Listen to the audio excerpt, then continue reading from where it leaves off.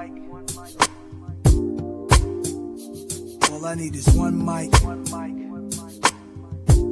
Multiplied into bacteria, mutated into dialects, took over continents like predatory cancers until we could no longer talk to each other.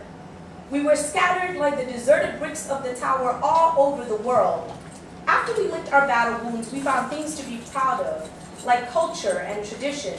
National anthems and pledges of allegiance are tongues curved around alphabet like spice-laden delicacies. It would have been the perfect end to the story. But what the gods failed to realize is that no one can quash man's ambition to become deity, that it is in our nature to covet the greener grass and to peer over others' fences. We realized we could conquer each other through trade agreements and war alliances. This new necessity made us push our serpent tongues through barbed wire language barriers, force our quirk semantics onto weaker peoples like sophisticated barbarians we invaded with the shields and swords of speech. Either speak our language or surrender your nation's development. It is estimated that 2,500 languages are endangered. Thousands more are totally extinct, like Akala Sami, whose last speaker died in Russia in 2003, or Ayak, whose last speaker died in 2008 in Alaska. How do you scalpel a nation's hymns off their tongues? How do you exile vowels and consonants that have been the exalted chant of civilizations, the United Nations right, like that languages, like people, power and disappear when threatened by an external force like military subjugation, religious takeover, economic annihilation? English is the new King Cotton. English is the reason why marionettes face the West when they pray, is the reason why you can go to a McDonald's in Azerbaijan. Where? Exactly.